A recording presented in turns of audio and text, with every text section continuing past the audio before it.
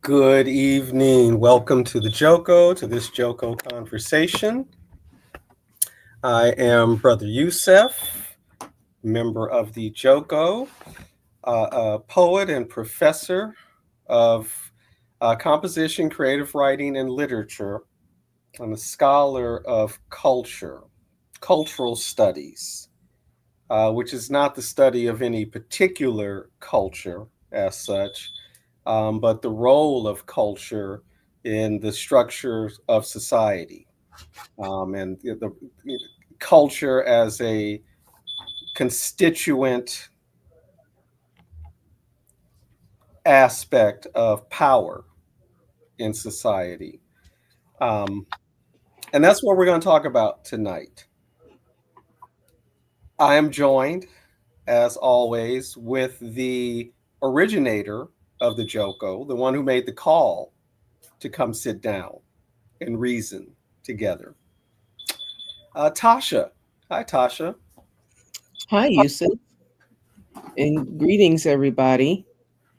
Um, Glad to be here on this Sunday, August the 10th, and I will, get us started in the way that we always start, but in a maybe a little bit different way. I'm typing a question into the comment box now that I'm going to take a little bit of time for Yusuf and I to answer. Then I'm going to put in another little question. And then I'm going to play something, some words spoken by a First Nations person to do our customary commemoration. So let me finish this up. Do-do-do-do-do.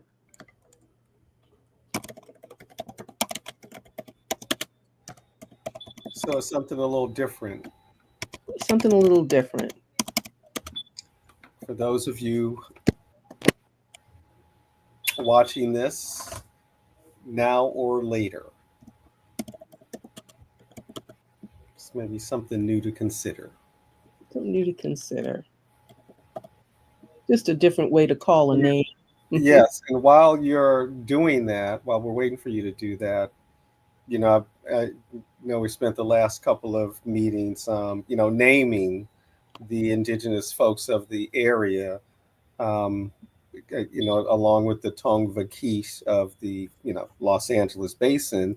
And so, to be clear about Orange County, right? I looked up Orange County specifically, and the Tongva reached into Orange County, right? Probably into what we might think of now as northern to central Orange County, but then the Agcha Chimin, if I'm pronouncing it correctly, um, were the people of southern Orange County, San Diego County, a little bit of Riverside County. So if you can imagine where those three counties come together, right? The 91 freeway right, runs through that territory, right? Mm-hmm.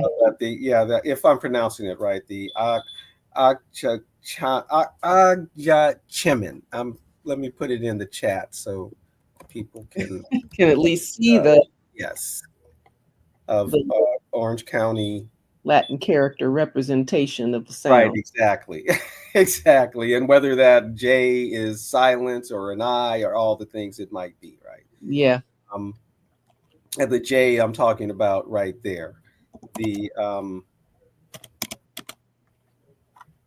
but those folks, right? Again, Southern Orange Counties, northern San Diego County, Riverside County, probably western Riverside County Mm-hmm. um, peoples, along with the Tongva in what's today Orange County. Mm-hmm. The yeah. Yeah. So you were doing a question, right? Yeah. That you wanted us to answer. Yes. Put it on. Let me. Is that the one right there? That's the question. That first, a way of talking about our personal lineages and calling on a personal lineage Mm, ancestor. And even one of the values themselves that mhm, supports our liberatory consciousness that has brought us to right mhm, this holding this as a value. And I'm going to name today, if we ever do this again, a high value in the household on understanding and uncovering truth. The question of what is true, what's verifiable, and if it's not true, then we throw it out and start over again. You know, mhm. Okay. so a high value put on the pursuit of truth and a full-hearted curiosity about that truth. Okay. Okay. So Yeah, that's your answer. that's my answer. That's what I'm gonna put in there, right? Okay. And yeah, yeah, in its Okay. barest form. Uh-huh. Mm-hmm. You were saying? If I was gonna put a coat on that, then the coat would be because like just in its barest form because it did exist in a very bare form. Um, but the social cloak on that is uh what is true about the power status of African descendant people, um, and what are the things that will make that freedom possible. The importance of answering that question, the that high value and specific value placed on that in the household. Okay. All Hmm. right. Well, if there's, if I needed to point out one value, then it would most likely be the value of the communal, right? That we belong to each other, we take care of each other, and we do not throw anyone away, no matter how much they have messed up, even, right? That there has to be a path of reconciliation, but you just don't throw anybody away, even if you're mad at them. I mean, just that, right? Hmm. With all of our, Hmm. joy and all of our funkiness, Hmm. the value of community, communal, and that's it's a sort of a familial value. But as you're familiar with, um, you know, my family experience Yes. is a communal experience, a village experience, really, right? Mhm. And with all the highs and lows of family, right? But Mhm. as my Hmm. um, Hmm. my godmother puts it, right? My nanny, or put it, um, no matter what anybody does, we don't turn our backs on each other, and Mhm. we always take care of the children, regardless of the Hmm. circumstances, right? And Hmm. raise the children to prosper.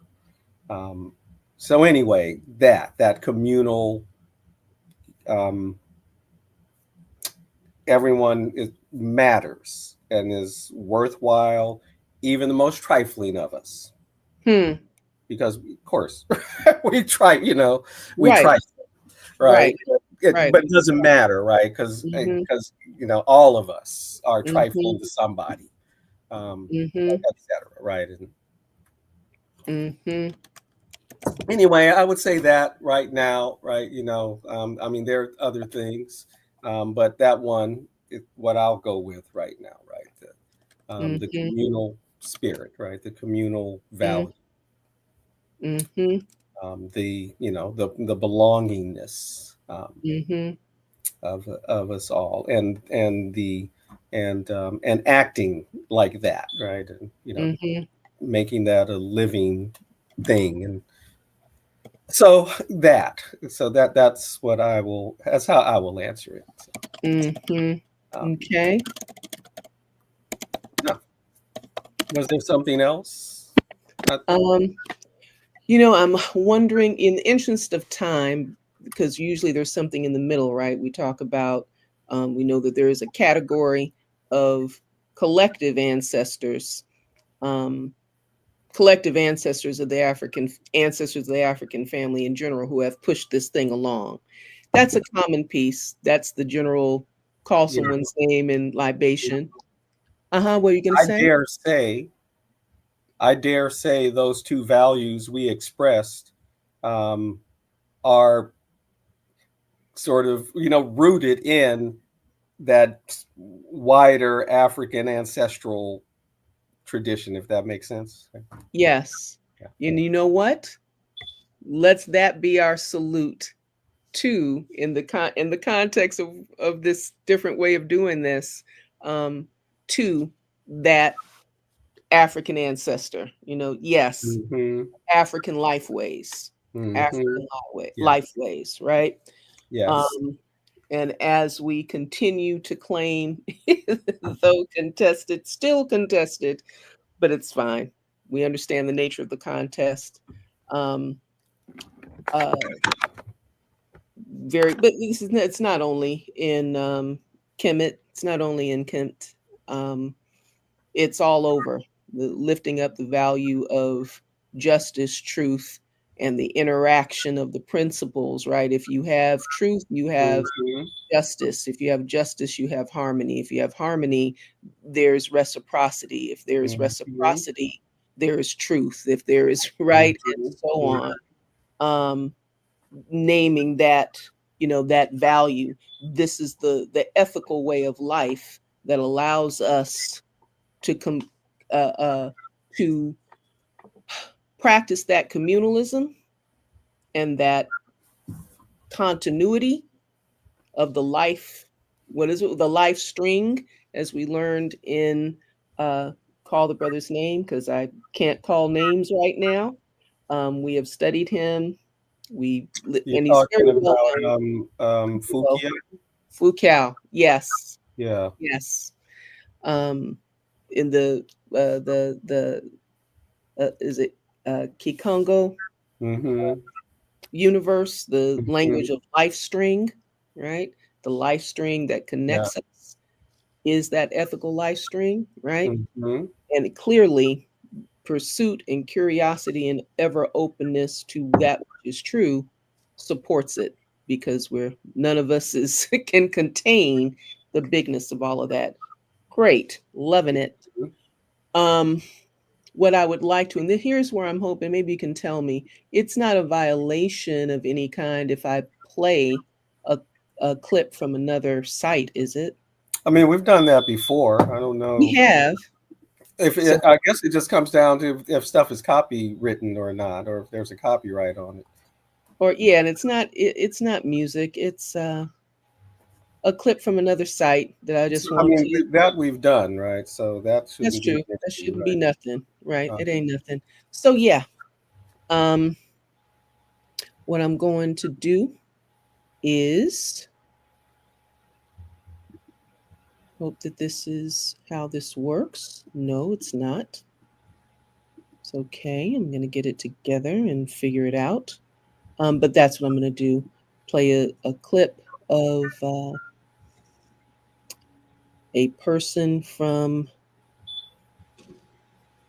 these, not these particular basin lands, but the lands of the so called Americas, making a statement, right, about sovereignty. And if I can get it together, and I can. Okay.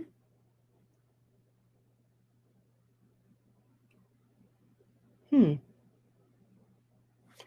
right. Sorry for this delay. I'm getting it together here.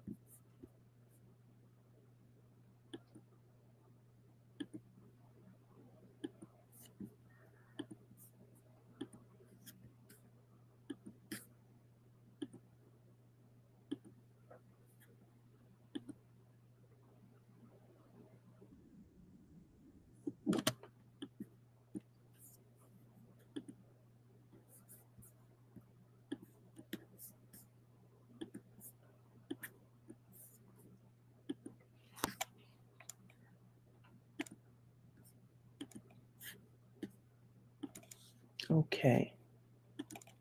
There's a few steps involved in that.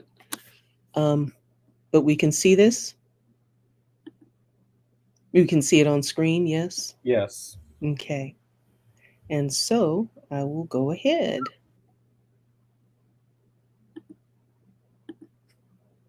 Or so I thought I would go ahead.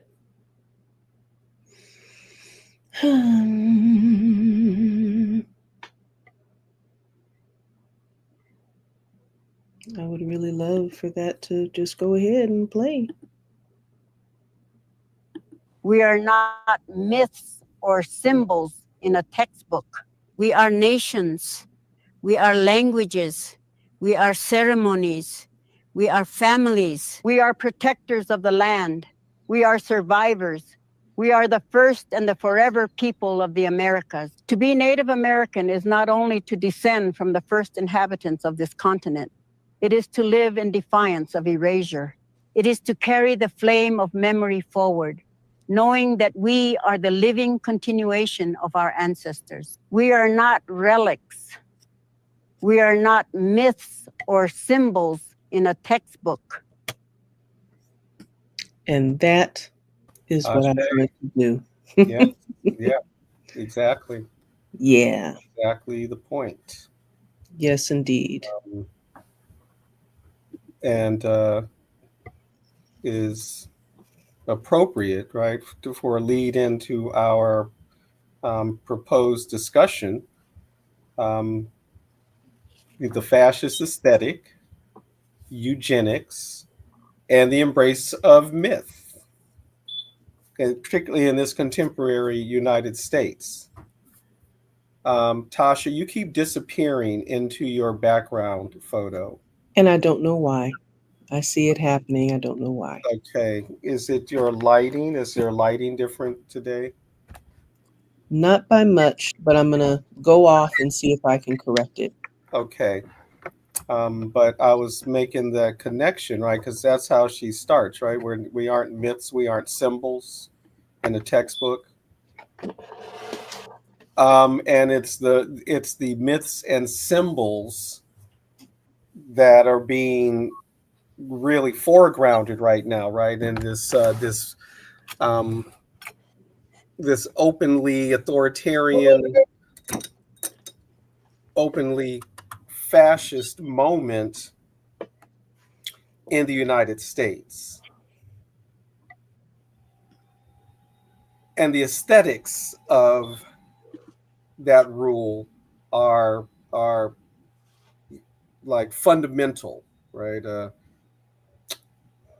the manner of rule, of governance, right, that we're currently experiencing in intensified ways, right, in more generalized ways. Because as we've often said, folks have often said, and truthfully, it's fascism when it reaches the settler community, right? When it reaches the white community, Mm-hmm. when it comes home to the Western nations. But this is how colonialism has always behaved, right? Vis-a-vis indigenous peoples around the world, wherever people are indigenous, including in those European spaces that have experienced that kind of colonization. I'm thinking specifically of Ireland, but could also add Scotland to that, right? And the other nations of the British Isles, right, that experienced that. The and the enslaved, right? This um, always open to invasion and intervention by power, and usually in some brutal form. The that now that's been generalized, right, to the settler population, the colonizing population, in this particular way. Mm-hmm.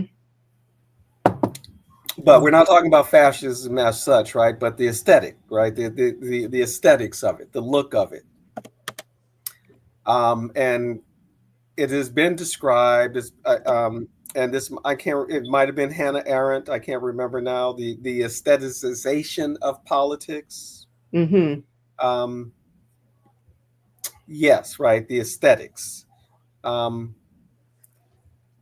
and this notion of aesthetics as in terms of what it makes something beautiful, right? Or aesthetically pleasing. Mm-hmm. But the word, it's perception, right? The word really like points to perception and how things are perceived, and that's so fundamental.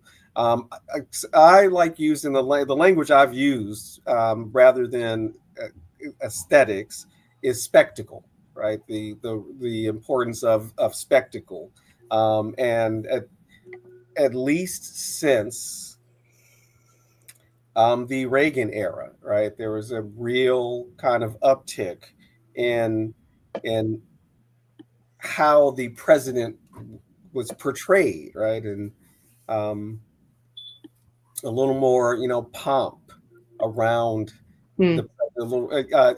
I remember it was the Republicans during the Reagan era, or at least it was. They might have been doing this, but it was made into a thing in the Reagan era.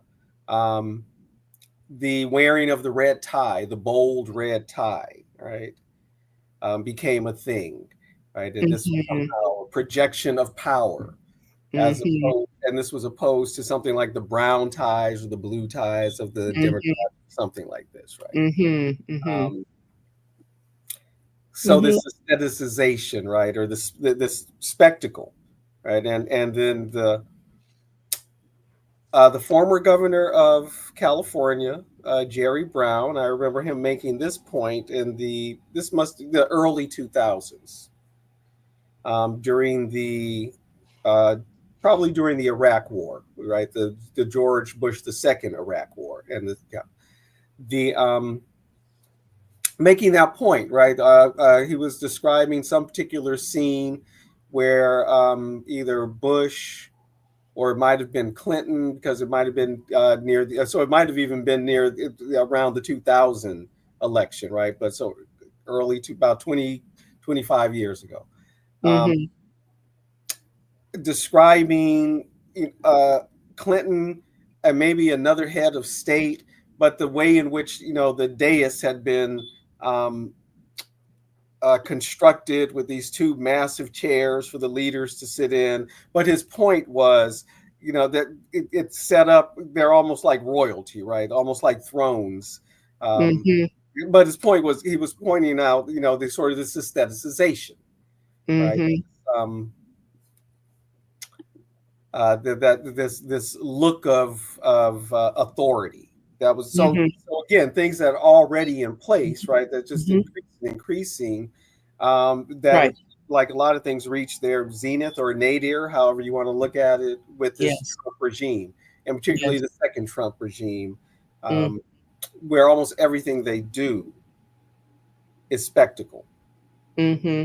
right, and he is most comfortable Mm-hmm. not actually doing the detailed work of governing, but doing rallies, right? Being a spectacle, Mm-hmm. doing a Mm-hmm. press conference, right? Mm-hmm. Trotting out like these Mm-hmm. heritage foundation charts that it displayed what Friday or something to give a new narrative to whatever the Bureau of Mhm. Labor Statistics put out. Um, Mhm. so that right that Mhm. this increasing role of spectacle, or the look of governance, the look of power, uh, Mhm. looking the part, um, Mhm. Mhm. with the actor Ronald Reagan, and now the TV creation Donald Trump.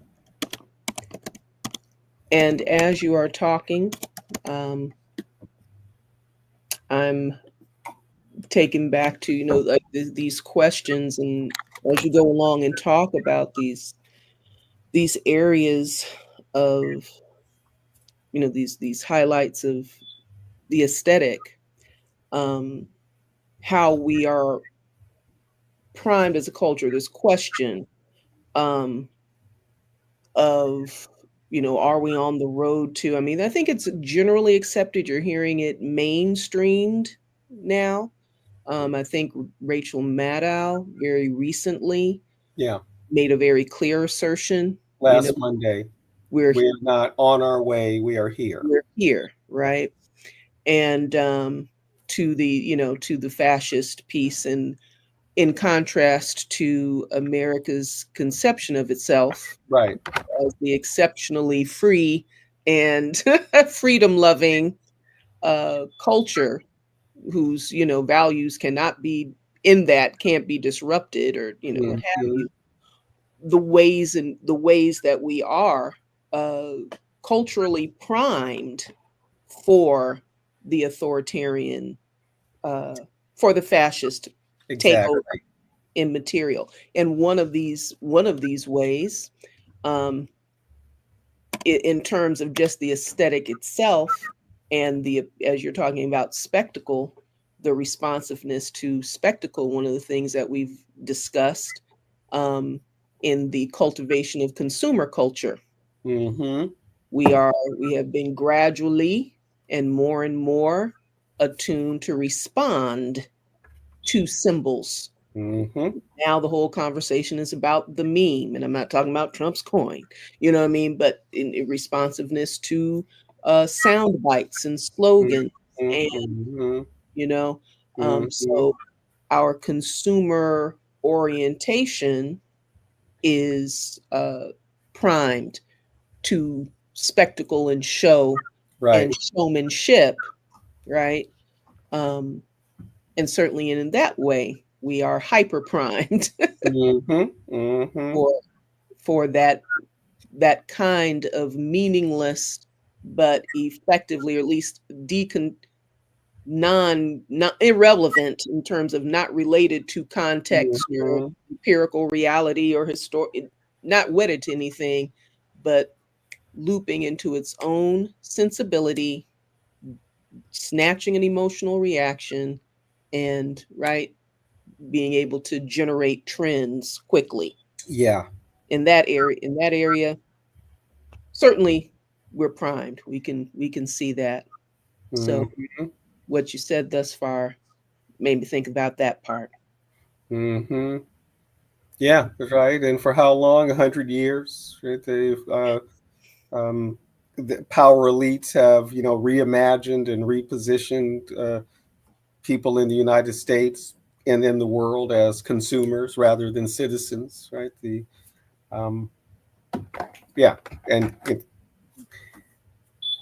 equate it, or make that equation of capitalism equals freedom, though it produces, poverty and enslavement and debt slavery and all these other things. But that equation has been um, promoted, and yeah, I, that's right. That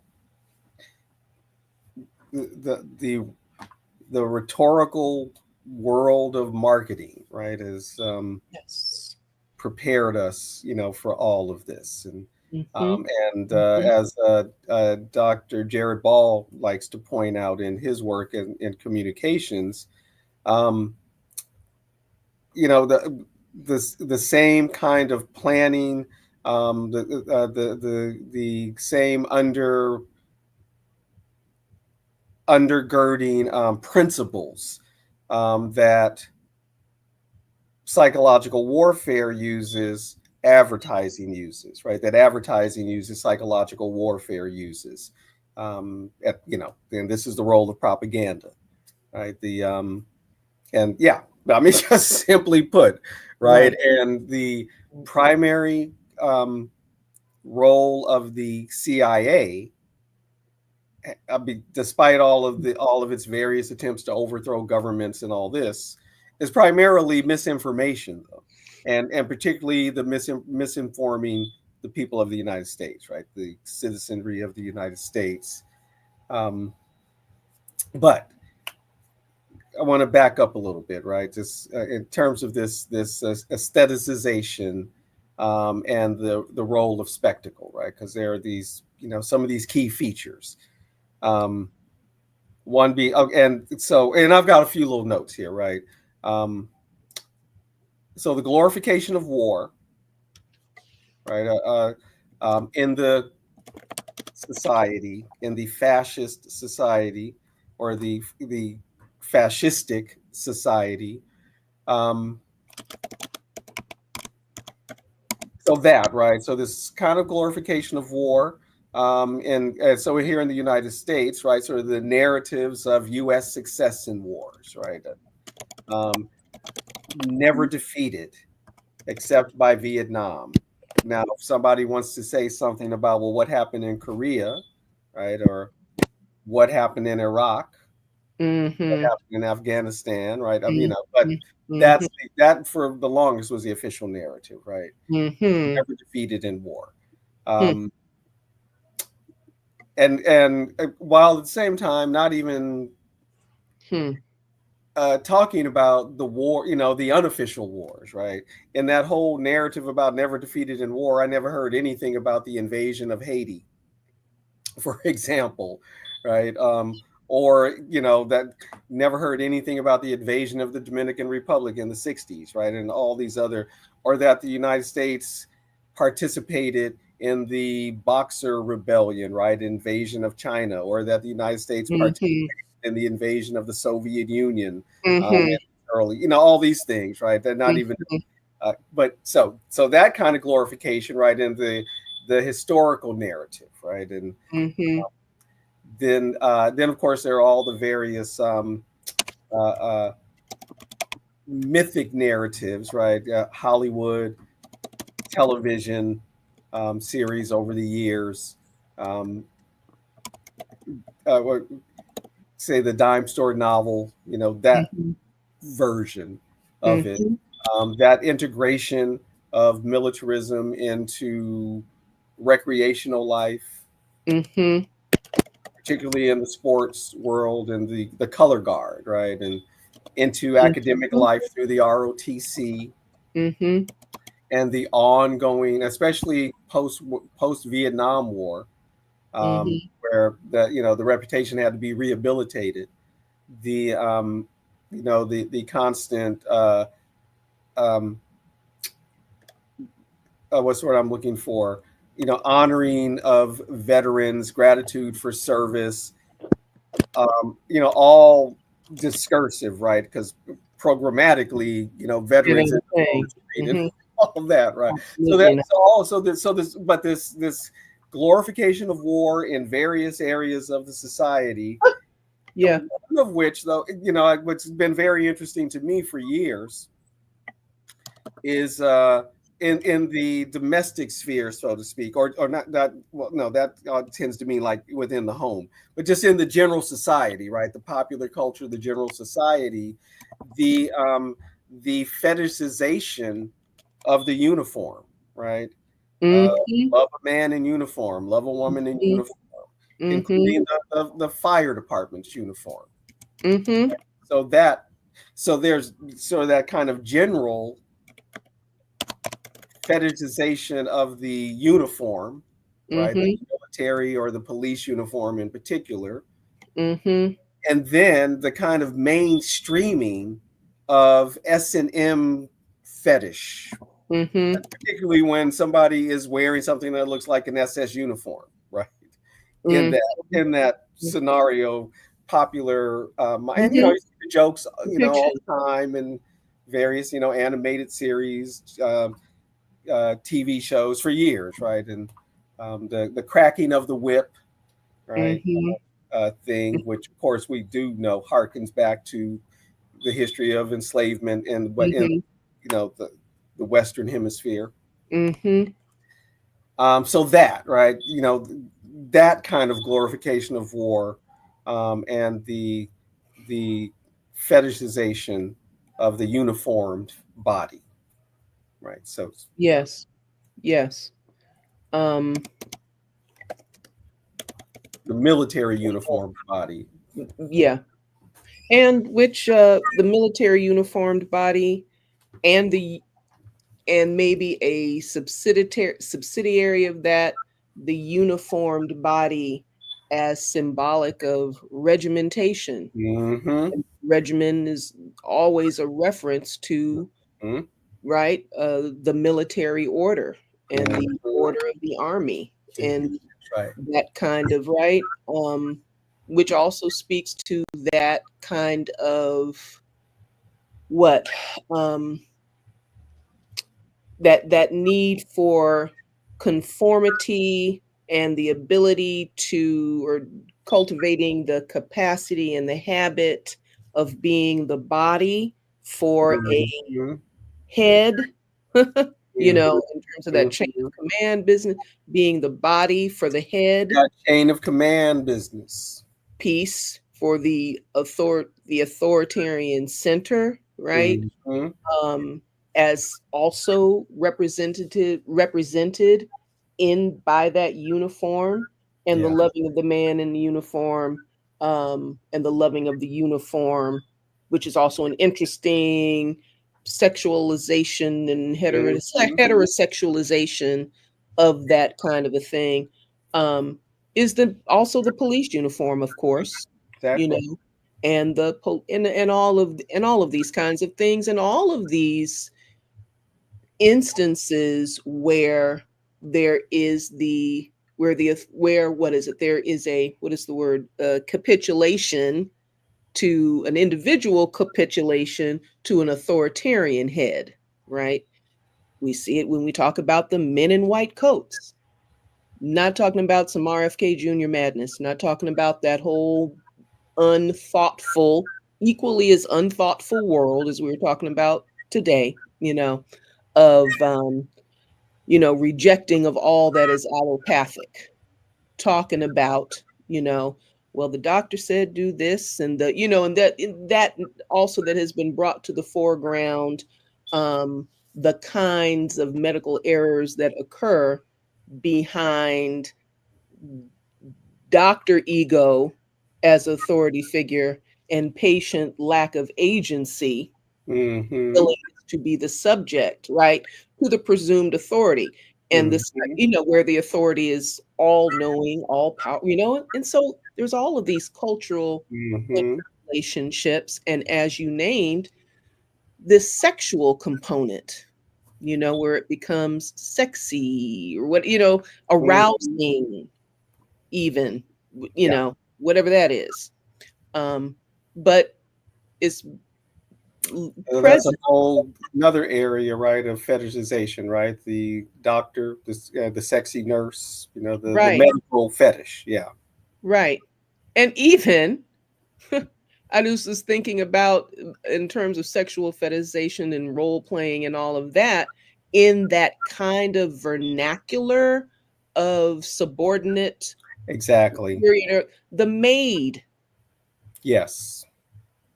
That's right. fetishism around the maid, Mm-hmm. you know, The and so, subordinate, exactly. yes, Subordinate. yes, and And subordination, an ongoing feature. Oh, I'm going to remember. I'm going to misremember. But there's an ongoing um, joke, if you want to call it that, or at least feature of Star Trek Deep Space Nine, where the mhm, Ferengi bar owner Quark, um, you can rent out hollow suites.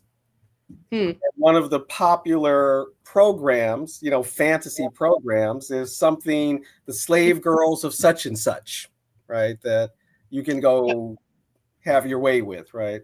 Yep. The because yes, right, it's the power is what is the turn on, right? Yes. Yes. And Yeah. that notion. In fact, I was listening to one of my new favorite programmers, and Mhm. I was listening to it, but it's a well established um, concept, well in the study of and the understanding of rape culture. That rape is about, it's not about sex, it's about power. Power. You Yeah, know, it is a power um, thing. yeah, yeah. Last couple of things about your conversation about the glorification of war and the war aesthetic that just struck me as you were talking, and you're saying, as you were laying out this list of military engagements that don't enter to the conversation, or the notion of a string of the unchallenged victor, Hmm. the never defeated, right? The undefeated, right? And so these things are explained in other ways, or just uh, uh, dissonated from cognitive dissonance, or just kind of just, oh, we don't know what to do with that. It doesn't fit into the narrative. But you have a historical narrative that's depleted of historicity. There's Right. no empiricism, That's right. right? It's all The myth. conquest of the continent isn't even counted in those wars. Right? Say that again. The conquest of the continent isn't even, the Indian Wars, so called, are No, not part of that narrative, right? It's no. again just in terms of what is suppressed, right?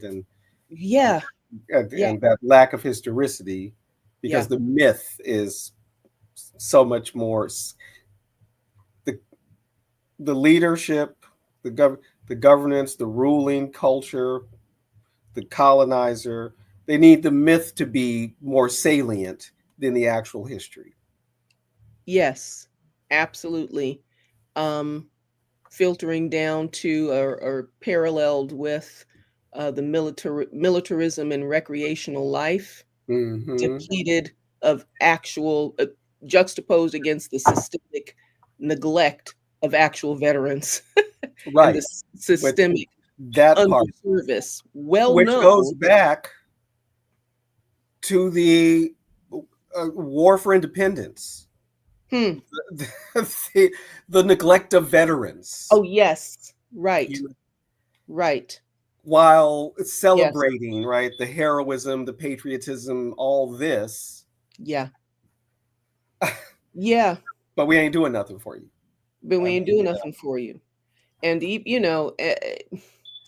don't you support the troops? Don't you? Do you right, support the troops, MF? exactly. you know, And there's let's. been plenty of, well, Are what you support the what troops? veterans have received, like Yeah, everybody else, has come through organization, demonstration, and all this, demand, right?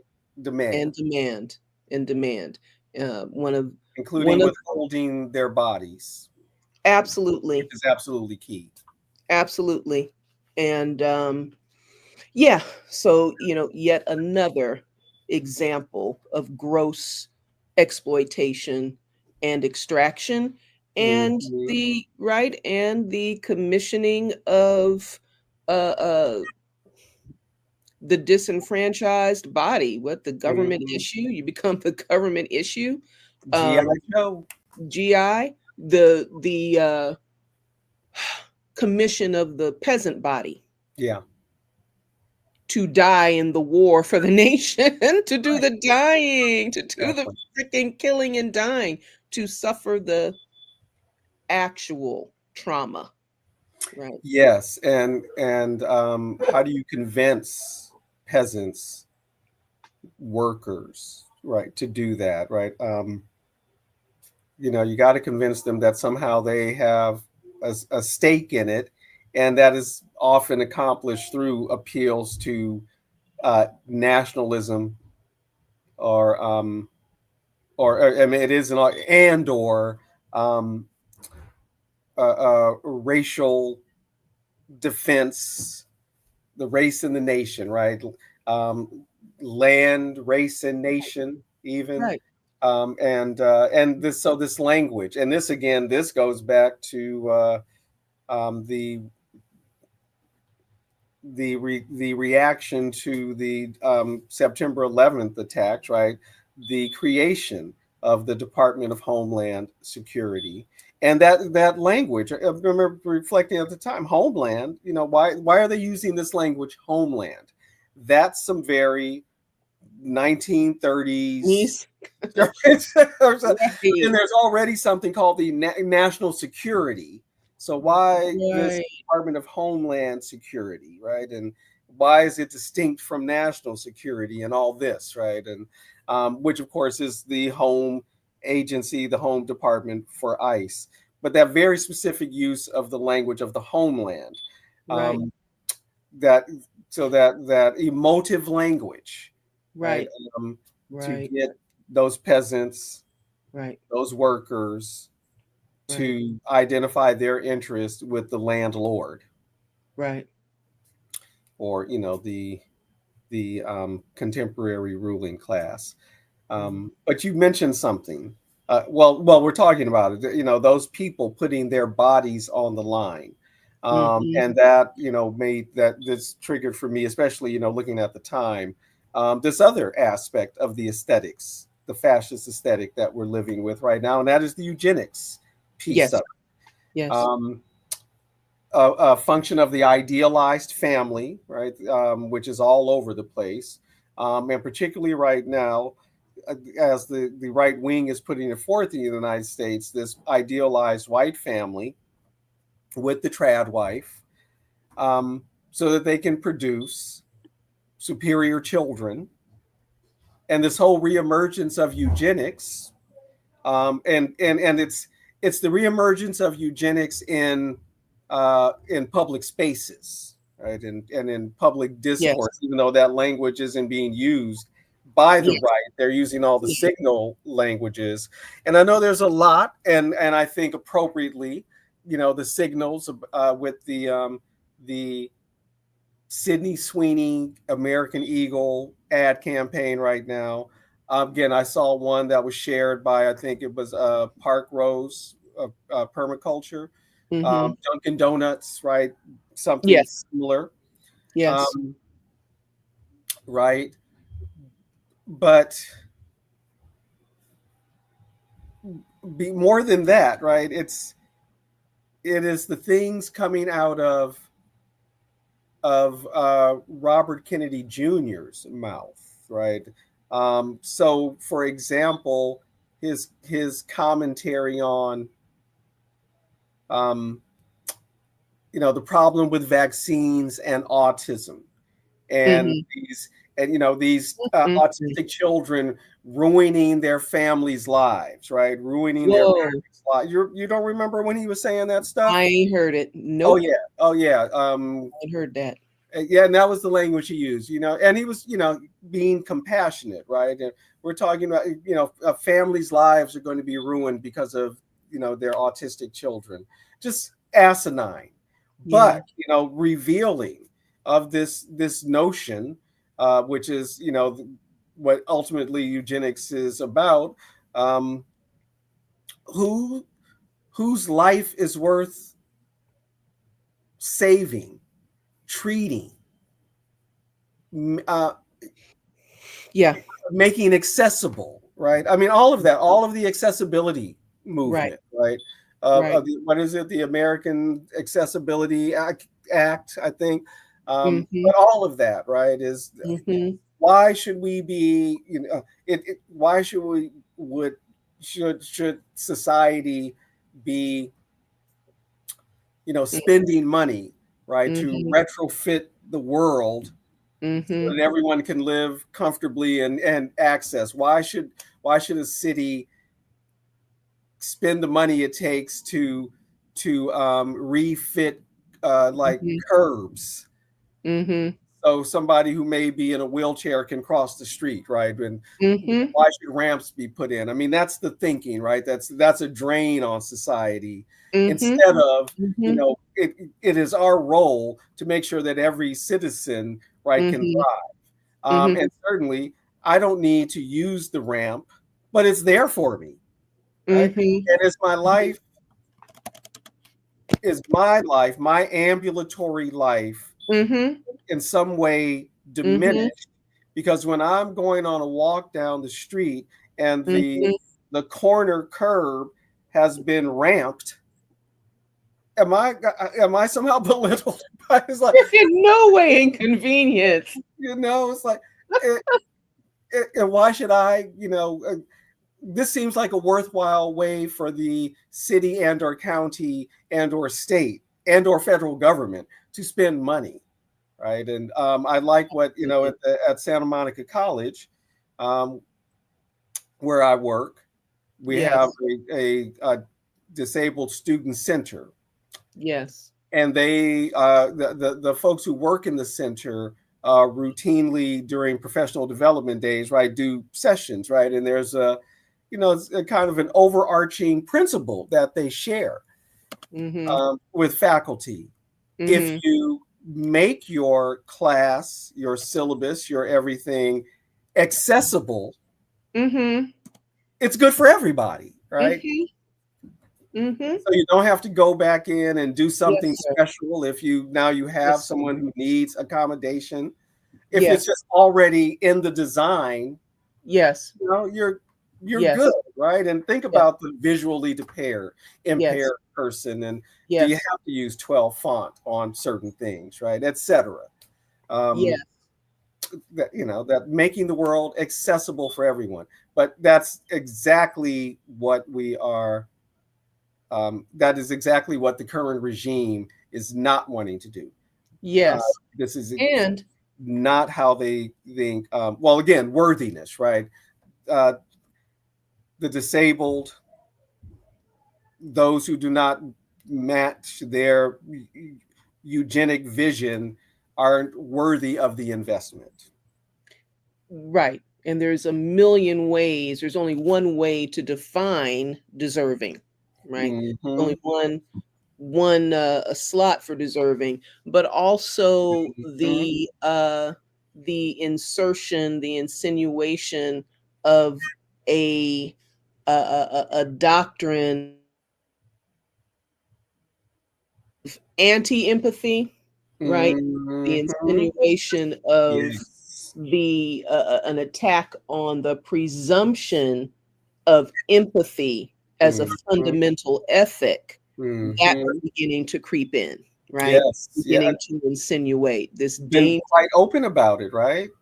Empathy is toxic meme.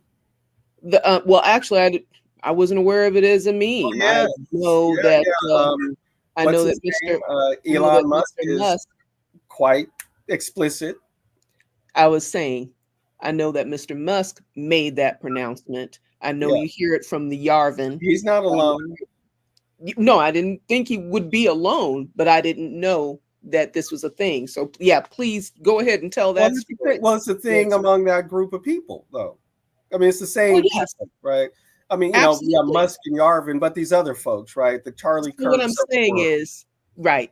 I'm saying is I don't know how loud that has gotten as Well, of yet. okay. Well, I'm saying it's loud, right? Because these are the Okay. people, right? These are the people who voted for Trump, the 77 million or whatever. Yeah.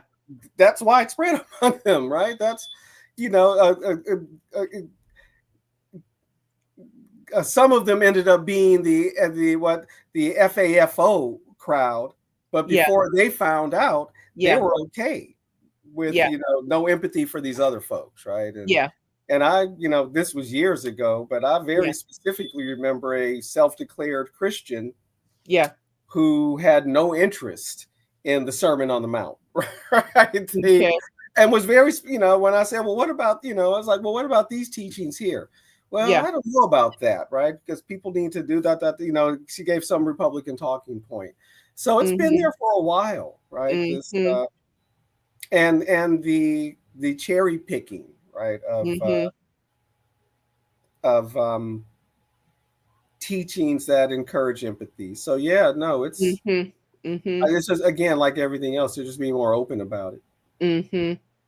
And yeah, so I mean, it certainly can be said and is accurate that the that attack on empathy is has been contained in that presumption Yeah. that there is someone who is undeserving, right? The undeserving, a sentence that's not finished, but undeserving of human rights, Mhm. of civil rights, of Mhm. any kind of regard, Of right? any kind, right, of any kind of consideration, And exactly. something, yeah, yeah, yeah, yeah. And as Do you remember the phrase compassion yeah. fatigue? Yes, absolutely. Yeah. Absolutely. Yes. Compassion fatigue. Yeah. And the compassion fatigue. And when was compassion fatigue I popular? believe that goes in the to the 90s. I 90s. recall, Right. yes, and maybe even the early 90s, right? Yes. As Yes. right, as the, Clinton era begins, and it's the new Democratic Party, and how are they going to win? And so anyway, at least that, I Compassion think, at fatigue. least around that time. Yeah. Right. Enough of the problems of the poor and the Mhm. and the this and the that. Poor, the black, Yes. and let black be very generalized, all the non-whites. Yeah. Yeah. And this way, I think you referred to earlier, or in some space I have recently heard in a conversation, the reference to, but we can just generally refer to the nonverbal, because not everything, which is the essence, which is essential to the aesthetic, it's an atmosphere Exactly. created by all kinds of cues, visual, And the non, visual are really, really important. and that, right, so it's really not the explicit, long before the explicit verbal articulation of a Mhm. value can Mhm. find fertile ground and find, Mhm. right, can land, Mhm. for there's a landing strip for it. There, Mhm. there's this, the landing strip, I guess I should say, has to be created, and that is Mhm. all of these things, all of these nonverbal Mhm. cues and whatnot. Yeah. Think about how many commercials, for example, are without dialogue, right? Yes. Yeah. Music and images, Yes. and there may be some words on the screen ultimately, Mm-hmm. but there's no dialogue. Mm-hmm. Um, Mm-hmm. you know, Mm-hmm. I think you see that a lot, like a lot of gum commercials might have that. Soda commercials. I mean, there are a lot of commercials that'll do it, right? No Mm-hmm. dialogue, Mm-hmm. just images and music, right? Mm-hmm. Yeah. Right. Right. And the way music tells you how to feel about a thing, Exactly, about a exactly. subject, and about a So, topic. so it's so important in film, right? In Right. cinema, right? The Right. score get cues the audience, right? How you should feel right now. Yes. So in a symbolic sense, the way that reaction was read so clearly when Miss Sweeney's commercial is mounted and they were hollering the end of woke, right? Literally the the reassertion of eugenics, or the rebirth of eugenics through a young fertile woman. Hmm. you know Exactly. Literally sexually arousing, Right. you know and Idealized. all of the things, all of the You things. know, embodying. I mean, literally embodying the preferred body right now. The Yeah. narrow, skinny, heavy, Yes. heavy breasted, Yes. um, and as you pointed out, Yes. childlike face. Yes. All of those things, as the conversation about pedophilia is Hmm. exposed, and it's an ongoing kind of piece, but of course, Now we're talking, talking more openly and directly. It's everybody's Hmm. focus, um, about these And this and oppression by the powerful. I don't know if you're frozen to me. Could definitely be a me thing. Hopefully you're not generally frozen.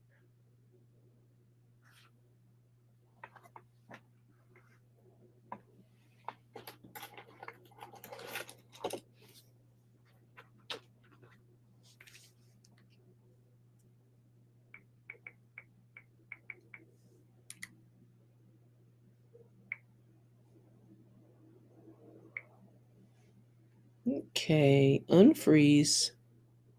Because I don't know that I'm not frozen.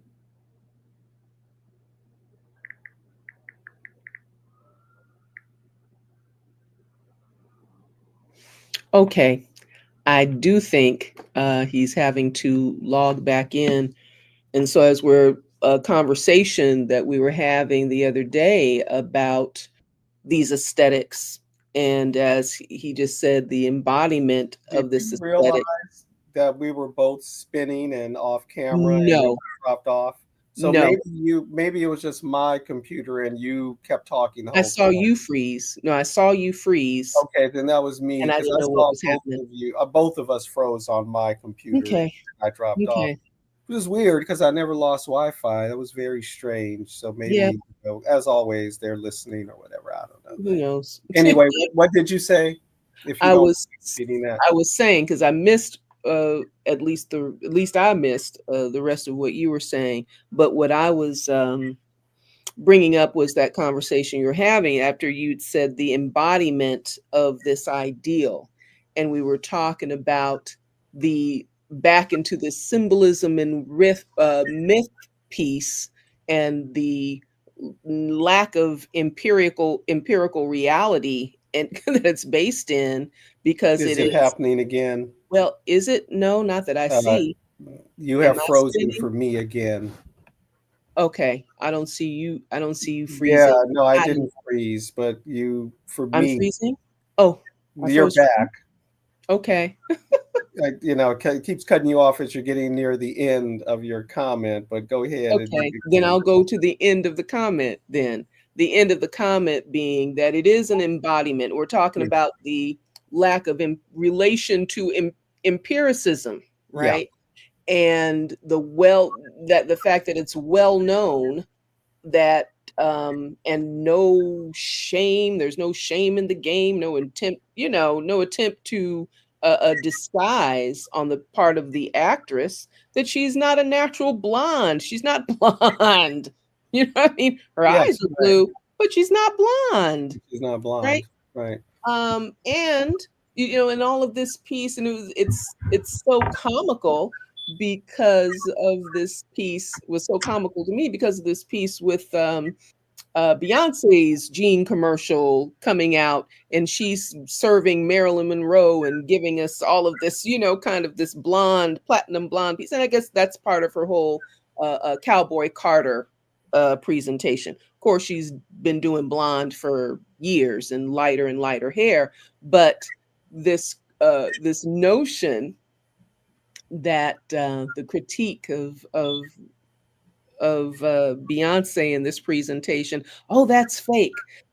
See, and literally this unabashed assertion, Sydney Sweeney is natural, coming from who was it? Was it Megan? What is her name? Megan Megan Kelly. Kelly, Megan Kelly, right? And that then Laura Ingram. The yes, one the or no, the other. yes, the no. Yeah, I I don't forget know which and one. both Yeah. and both. They're Bert. They're the peas in a pod. They're the Hmm. pot in the kettle. Yeah, somebody should check their roots. And this, you know what I'm Yeah. saying? I And mean, the we know how rare irony, blonde hair is, even among the Caucasian so-called population. you, and without the slightest bit, in all sincerity, Hmm. not recognizing the utter absurdity of what they're saying. Not to mention the I think it has been said that the actress has not, Sydney Sweeney has not either asserted or denied that she's had lip injections, right? So the presumption is just based on some earlier photos of her and current photos and differences in, in the face. So again, in this kind of society where also one can consume modifications of one's body and self and all of that to assume that Nordic identity, you know, Yeah. all of the Europeans are doing it, all of the non-Europeans are doing it, you know. And so anyway, again, so we're back in this realm of the unreal, of the mythical, of the symbolic and the ideal, And the even idealized, something yes. trivial as a huge moment, uproar over a ad, over an Well, ad. ads, yeah, because they matter, right? They are, Yes. and they're often, or at least I think in terms of business, Yeah. they're way more important than the than the content they sponsor. That Yeah. that's what's being sold, our attention, right? They're paying for our attention with those ads, and those ads, those Yeah. little movies, those little mini movies, right? They're very powerful propaganda. Yeah. And what do they have it? What is that? Mm. They're bias confirming, right?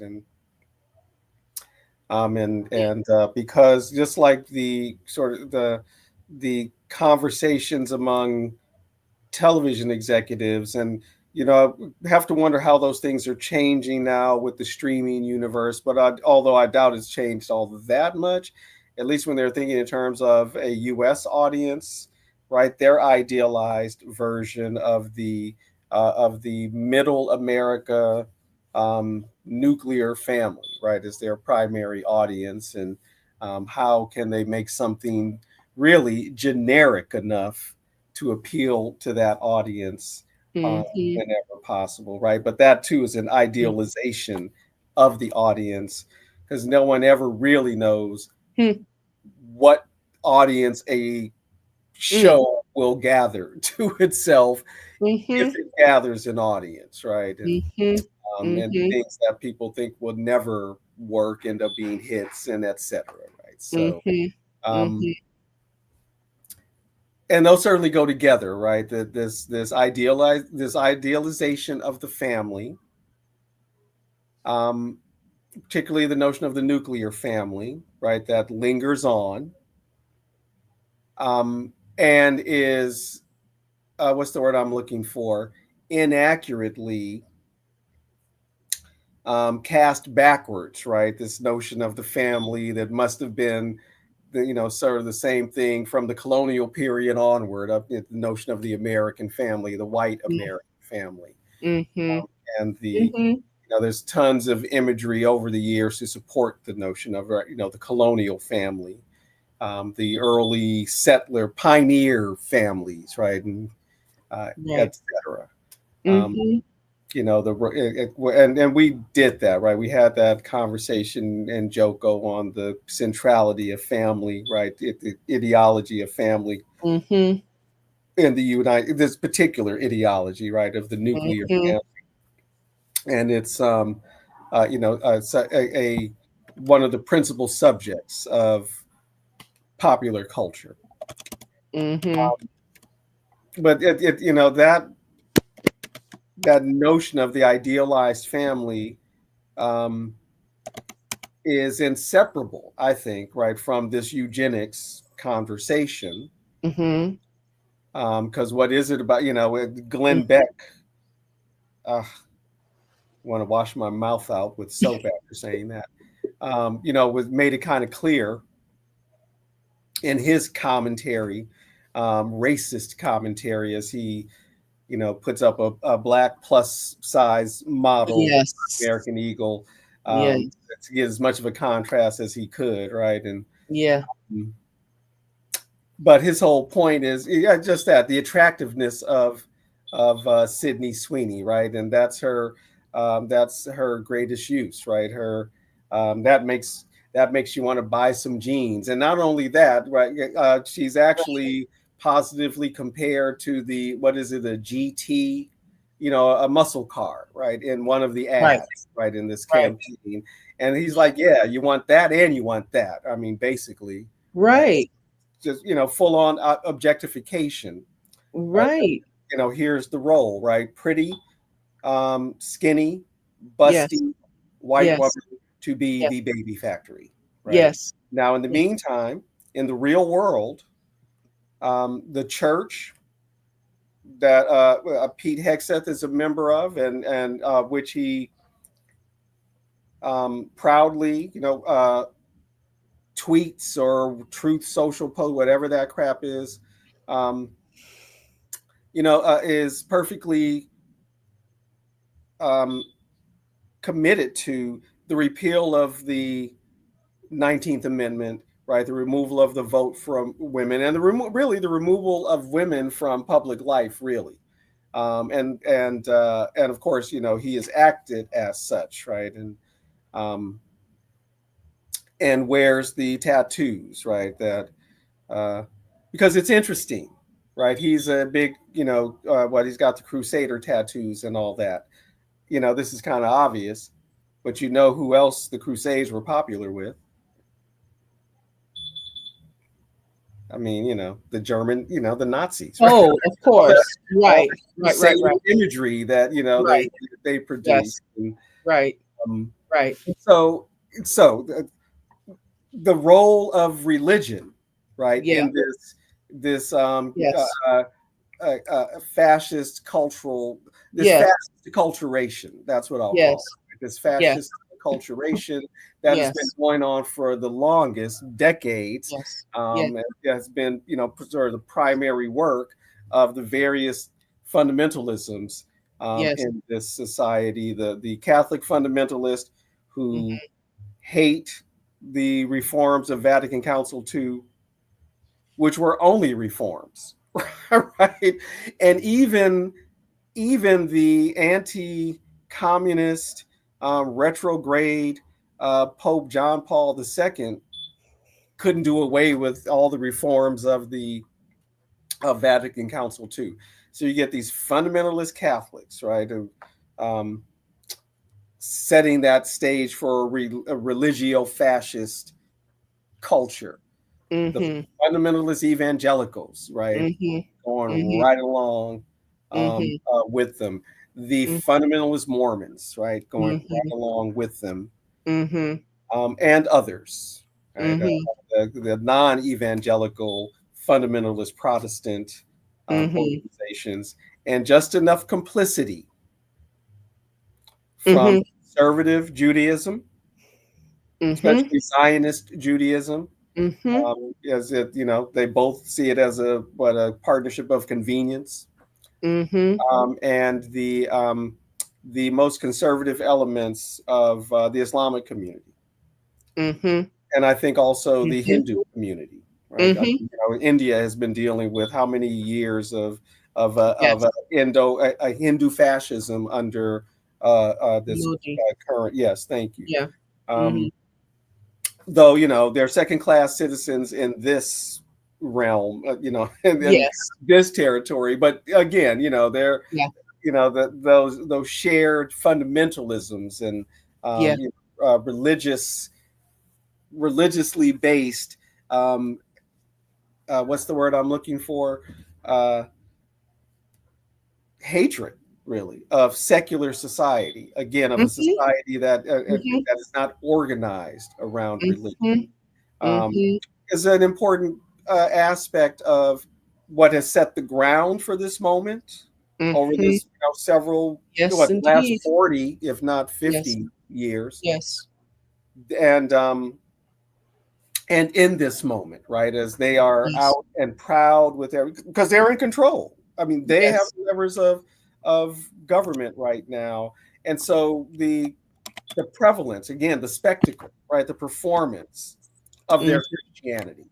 Mhm. The it it's if you remember Blaise Bonpane from Yep. you Yes. know, and he would always talk about the problem of Constantinian Mm-hmm. Christianity, right?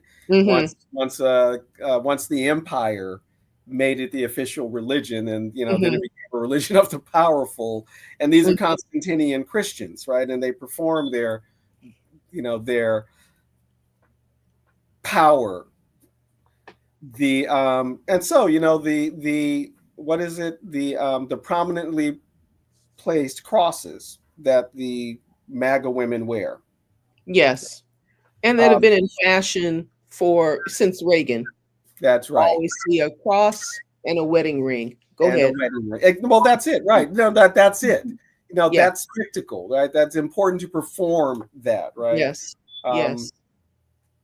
Yes. you know, the public religiosity, right? The public piety that you know we see, and that's promoted particularly in this regime, right? With the you know these MAGA pastors praying over Trump and all this other stuff, right? And again, you know, both under Bush the second, right? There was a was it faith something office. I can't remember exactly, right? But the sort of faith. Um, Lord have I mercy. forget the name of the office that Bush the second created, but it was this faith thing, right? And faith Mm-hmm. initiatives, right? But just you know, Mm-hmm. instead of a Mm-hmm. social safety net, right? This sort you know Mm-hmm. sort of let the churches handle it type thing. Mm-hmm. And now you know this faith office in the Yeah. current White House with the Paula, what's her name? You know, evangelical, Yeah. um, Yeah. charismatic, whatever. Yeah. And by the way, let me not leave out in that litany of folks who have been in support of this religio fascist move. There are plenty of black pastors who Absolutely. need to be corrected by by their Absolutely. However, parishes, need to be their corrected. communities. It's an interesting thing. Well, yes, need to be corrected, but then there is that thing in which we are participant, in which we are, absolutely there is a segment of us who are every bit as patriarchal, every bit as mentally, whether or not we have actual access, you know what I'm saying? Absolutely we carry the values, Mhm, internalized white supremacy as some kind of fact of being uh, mhm. a cultural subject, Yeah, right? And a deliberately condition as part of, the deliberate conditioning yeah, of the slave slash peasant slash, any of that yeah, are, this identity with these norms. And yeah, this kind of craziness. I was talking yeah. having a conversation today about and I was just thinking a few minutes ago in terms of as they list as the litany of failures of the Democratic Party are often listed in the failure to meet the rhetorical moment in trying to play politics while being uh, uh, and that behavior being described as trying to keep the moral ground, but the failure to meet um, the discursive moment, right? When they could be part of the championing of the social Christian voice, right? They're instead pandering to these Christian nationalist Mhm, values. you mhm. know, when Yeah. there is, you were talking about the Yes, reforms of but Vatican II, which I don't know what they are, but I do have a bit of understanding about that social Christian, uh, uh, deeply rooted and mhm, robust. mhm. You can be project. They're saying, hey, there are Christians that So let me intervene this kind of exclusion. Go ahead. because uh, because those black pastors, right, who are um, not only silent but vociferously in support of the right wing shift, are still a minority Uh in huh. what's called the black church, and I think a vast minority, once Uh-huh. again, like other Yes.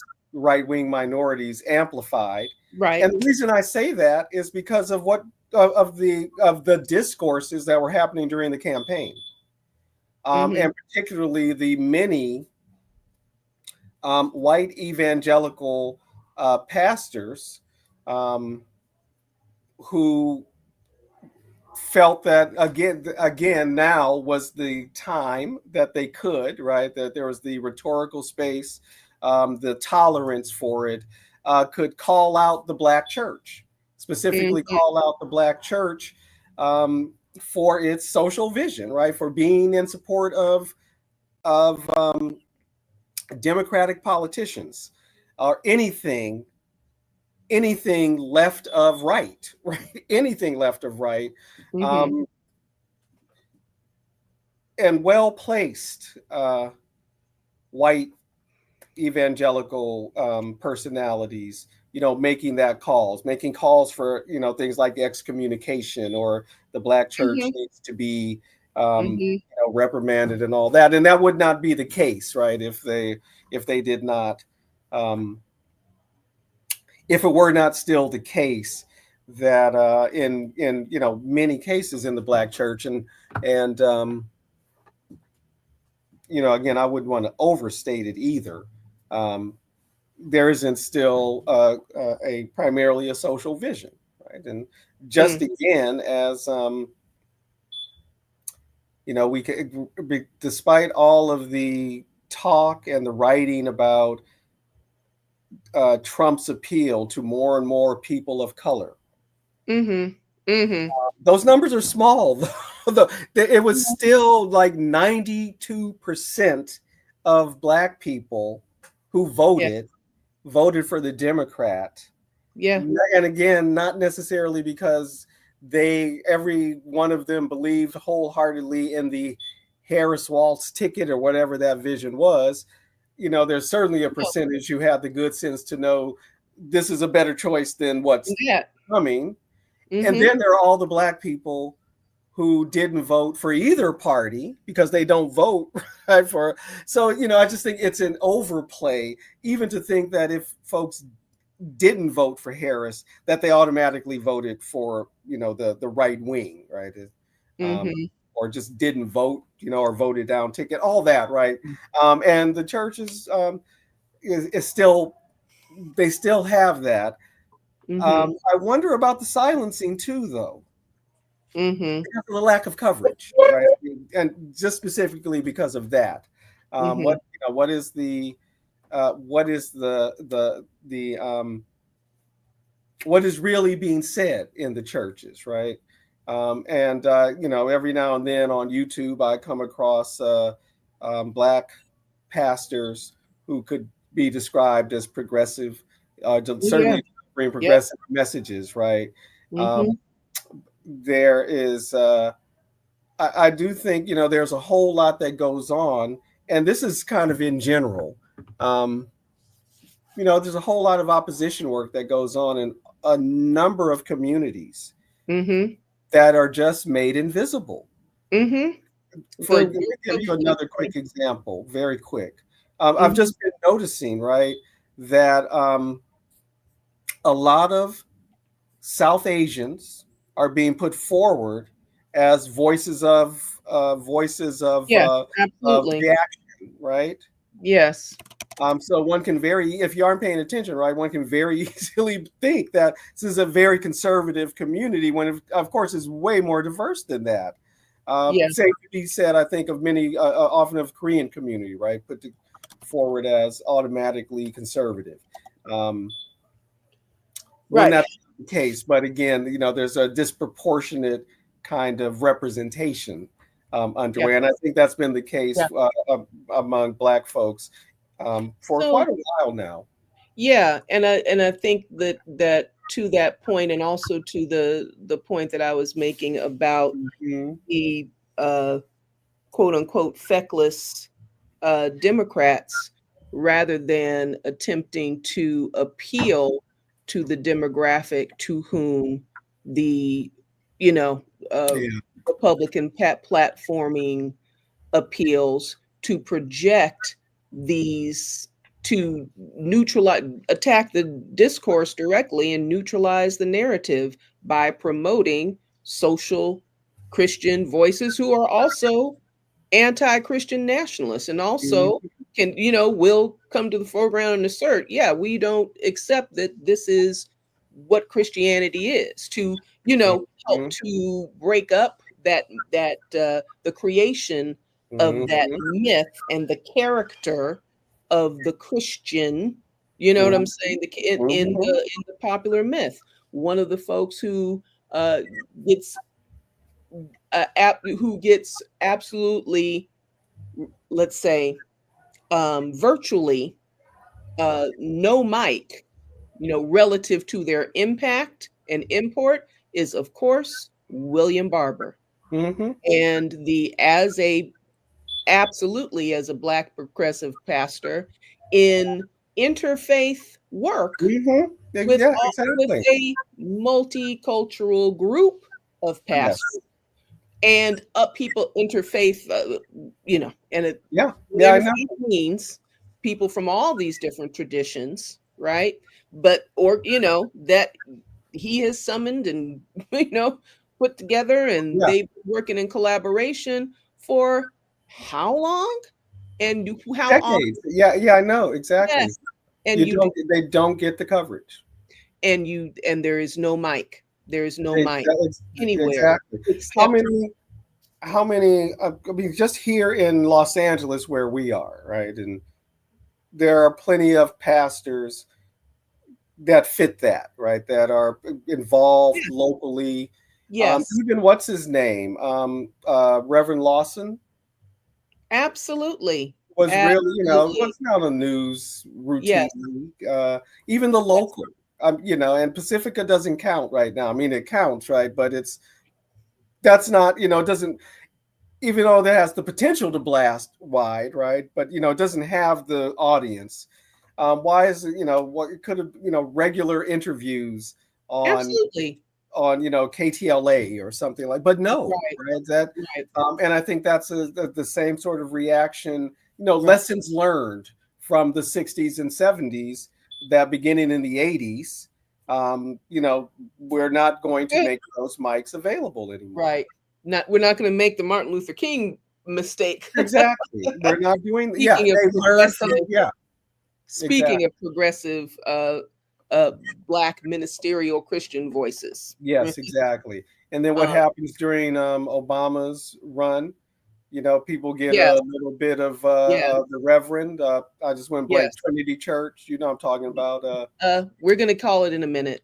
We're going to Yeah. call it in a But minute. anyway, that Yeah. tradition at Trinity Church, though, right, is it's Uh-huh. still there, right? That kind of prophetic vision. Mm-hmm. I mean, the closest one would get, speaking of prophetic vision, and only because he uses that language. I think Cornel people West. sometimes forget that Cornel West is a minister, right? A doctor of divinity. But he rarely seems to speak, right, as a minister, but more as a public intellectual in that way. Yeah. So it's hard to sometimes remember that. Yeah. And he's billed Yeah, in his academic right. capacity, right? That's right. We were talking about Jeremiah Wright. Thank you, Jeremiah. Yeah, Reverend Wright, right? Yeah. But how quickly Yeah. both Obama found it necessary to kind of distance himself, right, from that, and then the way in which Reverend Wright, came under a certain kind of scrutiny. The church came, and of course, nothing that Yeah. he couldn't withstand, because it's Yeah. just, are they? What is it? Is it anti-white racism? All this, madness. Yeah. Yeah. Before I forget something, though, it just occurred to me. I want to back up a little bit, because I don't want to forget this, because this is Yeah. some very new language. Yeah. And it speaks to what we've been talking about, this fascist aesthetic, and the eugenic part of it. This latest proclamation from the Fuhrer, Mm. that he's going to take over. He's mulling taking over D.C. Right. with 1,000 National Guard troops. Right. And in the language, though, the language of his truth, social, what do the IHIP women call it? Lie social. Mm-hmm. Um, that they're wanting this effort to get rid of crime, but then he uses the language and beautification, I knew you were gonna say it. the beautification, Beautification. and they're targeting the unhoused, though, right? And Yes. this and he uses the language of cleaning and cleanliness, right? Yes. And so there's that again, those Yes. dog whistle words, right, for that fascist aesthetic, and Yeah. that's part of the aesthetic. These notions of purity, purifying, purification, Cleaning violence as a purifying force and agent. process, right? Yes. Yes. But there Mm, it is again in that the language of their leader, right? yes. Beautification, pure cleaning, Yes. Yes. as part of this, militarizing of another primarily opposition city, another city who where the mayorship is occupied by a black woman, and we know he has trouble with women in general, Mm-hmm. um, and we know he doesn't like black women. Mm-mm. Mm-mm. And that whole vibe, Mm-hmm. the right wing, they hate us all in the very particular ways, right? Mm-hmm. Um, Mm-hmm. they hate black women That we very understand openly, well and right are now. well known. Yeah, exactly. That we So understand. anyway, I didn't want to lose that point, though, right? Yeah. Yeah. Because it's in the moment, right? It's in the Yes. moment that Yes. this is going down. So in the Absolutely. context of a Sydney And City ad, and all of it, yeah, right, all of it, and it's all of a piece in the way, I'm going to go ahead and say, without benefit of credential and many things, but in the way, okay, so you're in my frozen for me. fuck. Uh, Oh, only so so I okay, need you to so say that you again. You're going to go ahead my and say facts. without benefit. Okay, yeah. Um, uh, let's see. I think maybe if that was frozen, I'll just go on to, Well, I uh didn't hear what you said though. and I don't remember. Okay. So, what I was going to go on to was then, oh, also this piece about incarceration, Yeah. right? And the development of, never mind the wedding of the state to supporting the interest of the corporation and the capitalist and what have you. But Of yeah, fascism, right? the all of these kinds of final solutions, and ain't nobody said that, I'm saying this, you know what I'm saying, as it takes the form of removing from sight, from displacing and removing from sight the the blight, the human blight, Right. right, that which is unclean, the vermin, right? And incarcerating, right? So this is part of, right, the a recent EO that he signed about, and I'm pretty sure it was an executive order. I think it was described as an executive order about the uh, uh, outlawing sleeping outside, outlawing public, Yeah. public sleeping, outlawing, Yeah. criminalizing the particular poverty of, the unhoused, Mm-hmm. Exactly. and referring that further to an incarceration remedy, particularly Mm-hmm. for the mentally ill, unhoused, right? And Mm-hmm. so, all of these things So another harken. practice of the eugenic Yes, worldview. Yeah. yes, absolutely, and set of, solutions, set of Mm-hmm. methods and management, uh, solutions, right? Yeah. Um, and also, well, at whatever point we no, I'll go ahead and bring it up now, because I've put up on the screen a couple of times that we've caught back up in conversation, some of the things that we're uh, that we're referring to, but or at least would like to recommend to anybody who is watching and watches with us, are a couple of videos by a young man who is, I believe, is German and a German national, and I believe is working from Germany.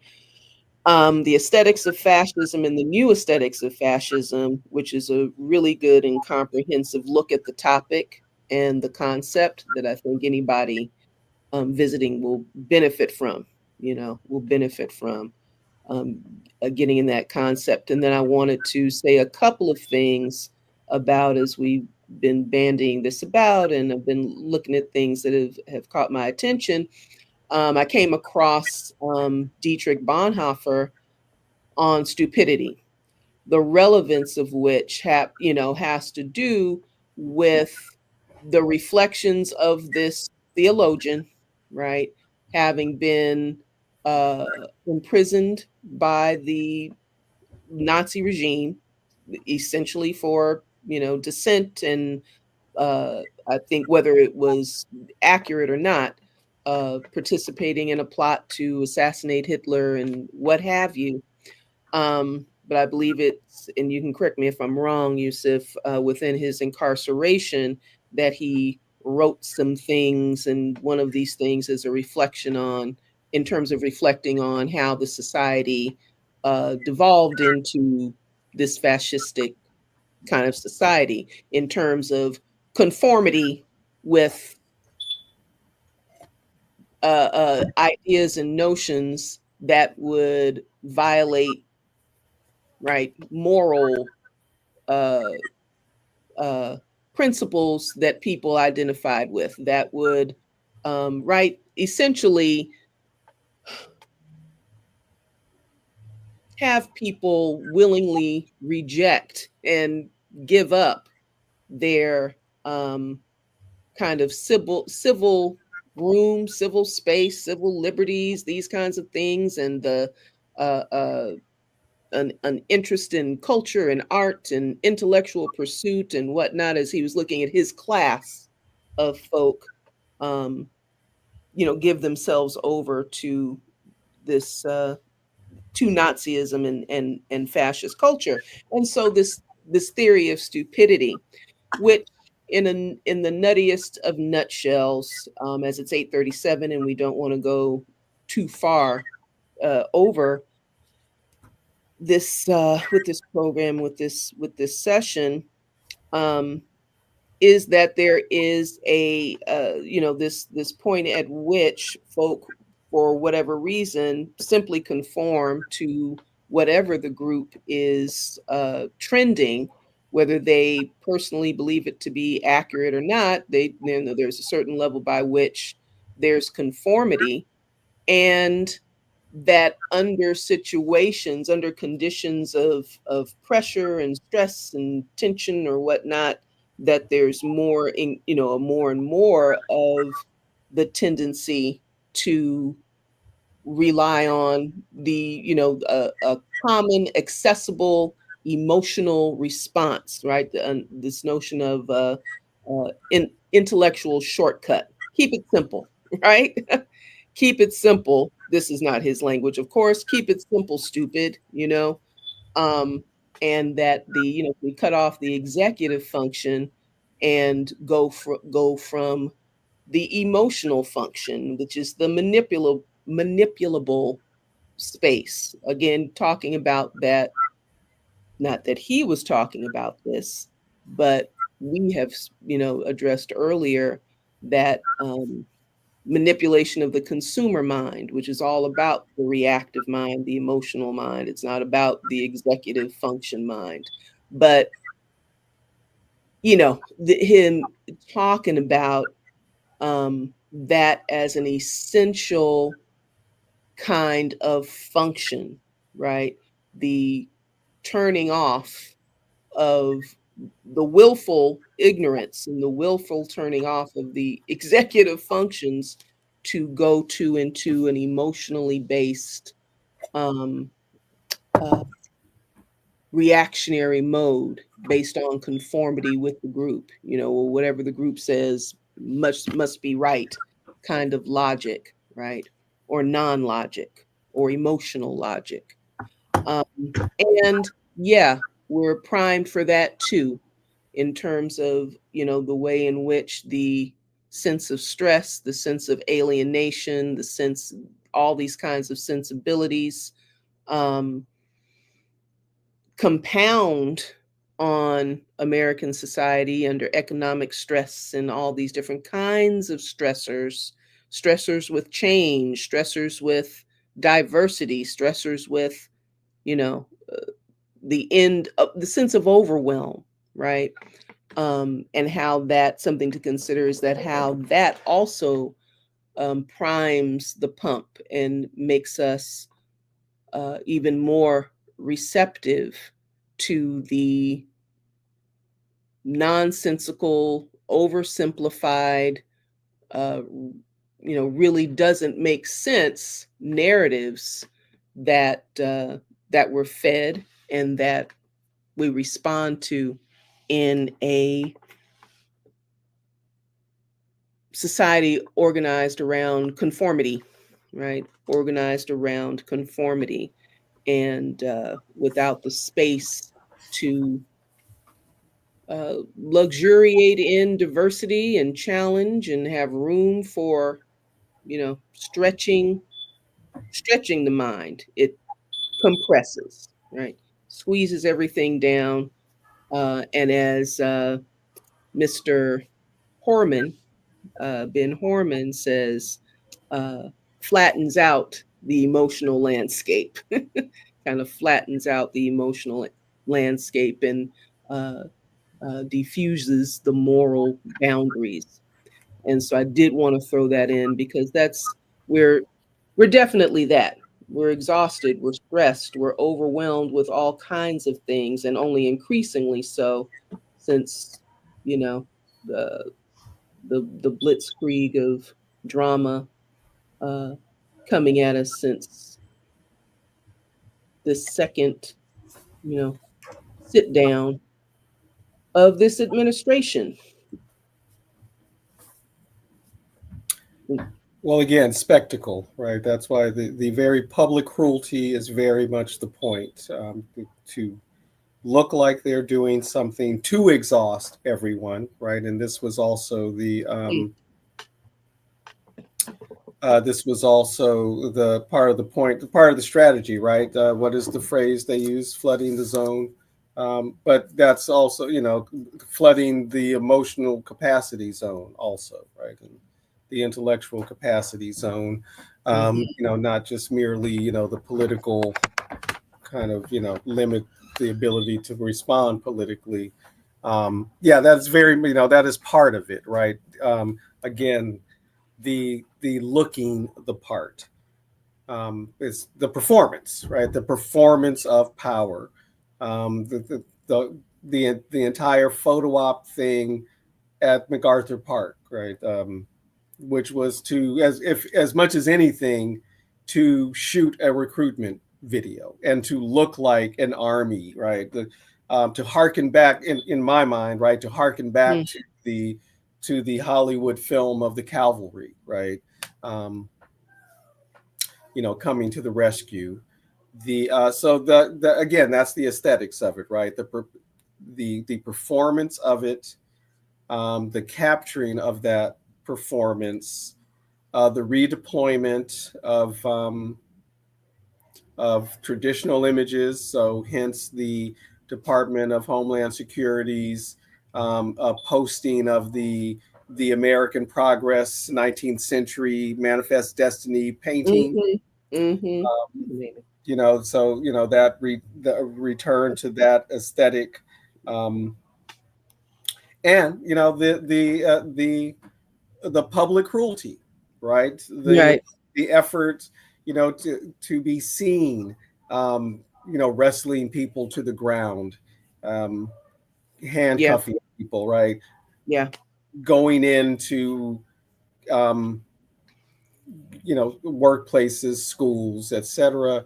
And to the point, and then we can close on this, of the the actor Dean Cain uh, announcing his signing up for ICE, as he then basically does a recruitment TikTok or whatever, to encourage other people to to sign up with all these various benefits. Which, by the way, I found out today, that $50,000 bonus that's being promised if you sign up for ICE. Yes, Well, it's actually, you get 10,000 for the first year, and then so it's basically 10,000 a year, I see. for that sort of thing, right? So it's Um, already not what it's projected to right. So be. it's not exactly so. And Wait, actually, one of it was, it's 10,000 if you sign up before August 1st. Well, it is now August 10th. I And see. so it's already down to 40,000 if you're beyond August, and then you got to do I these see. like 10,000 a year, to make sure people Uh stay, I guess. And um, huh.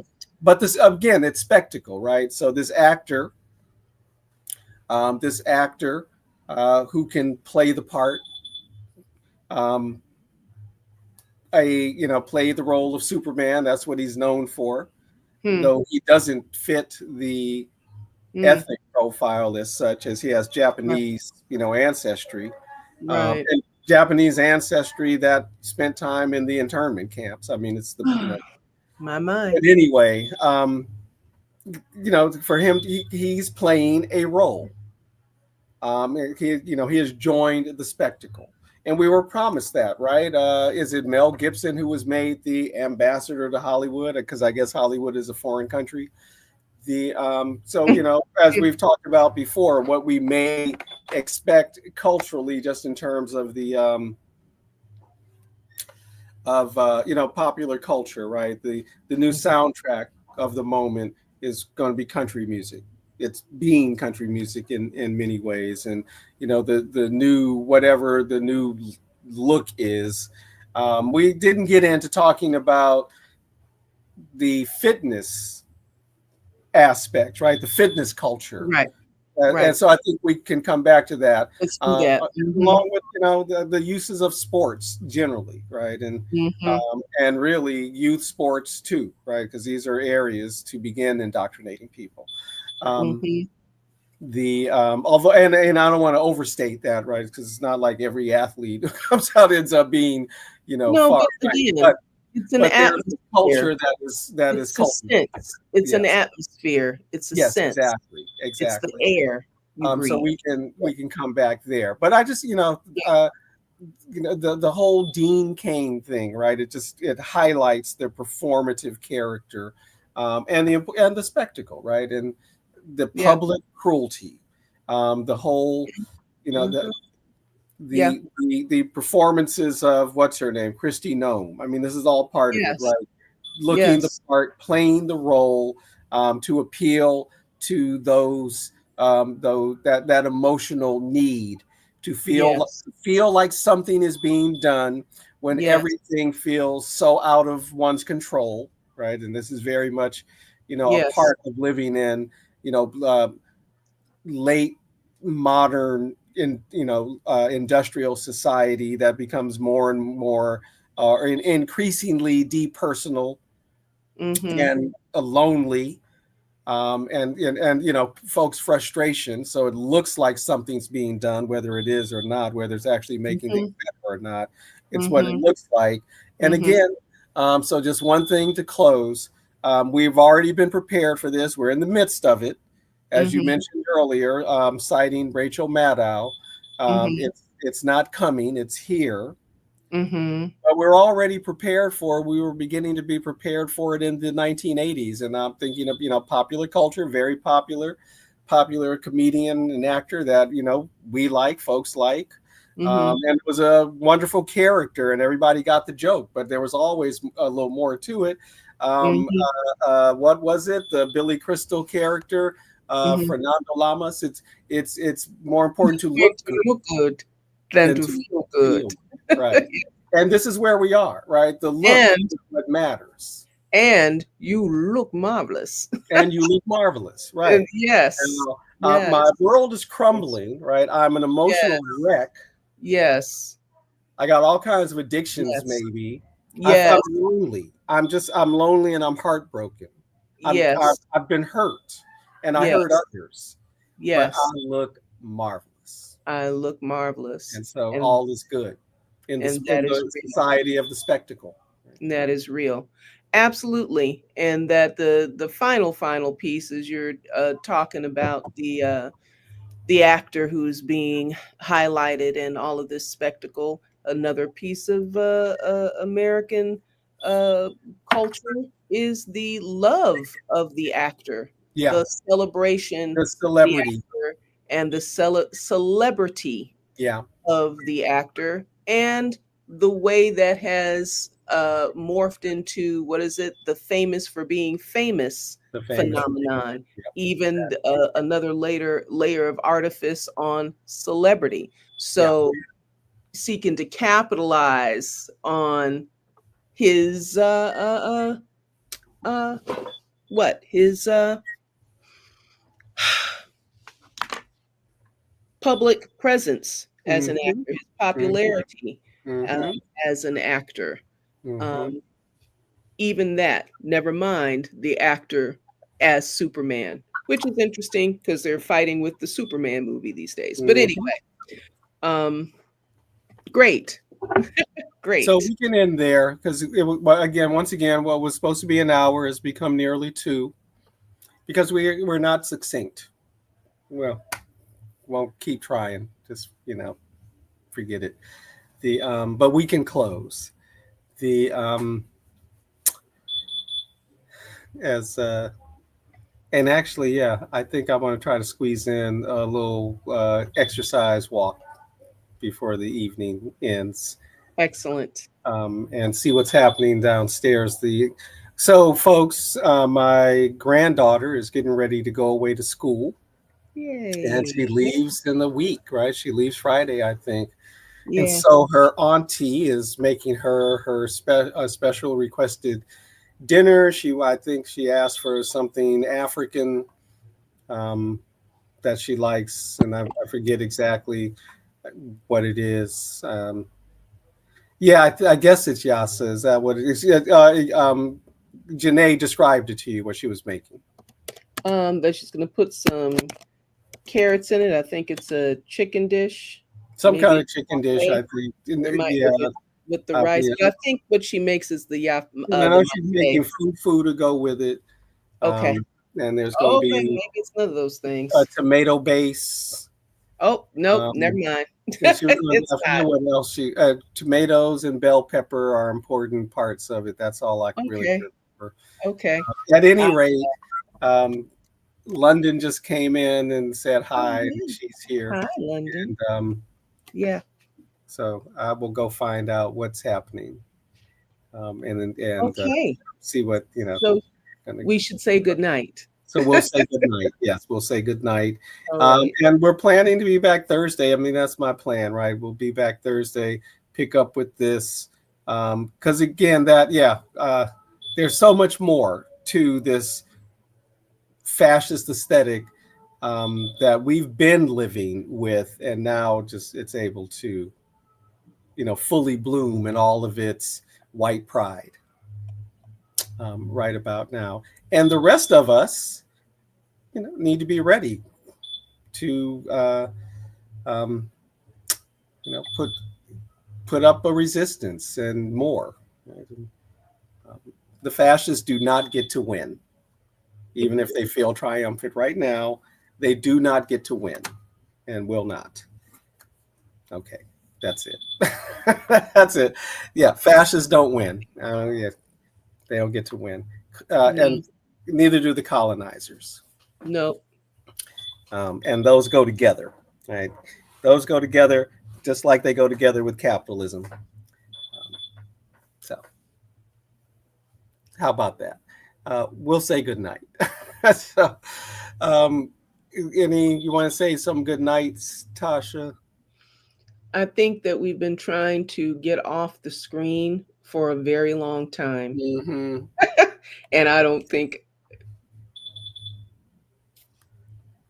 Okay. So then for that, we will just say good night, folks. Please do the things that we need you to do.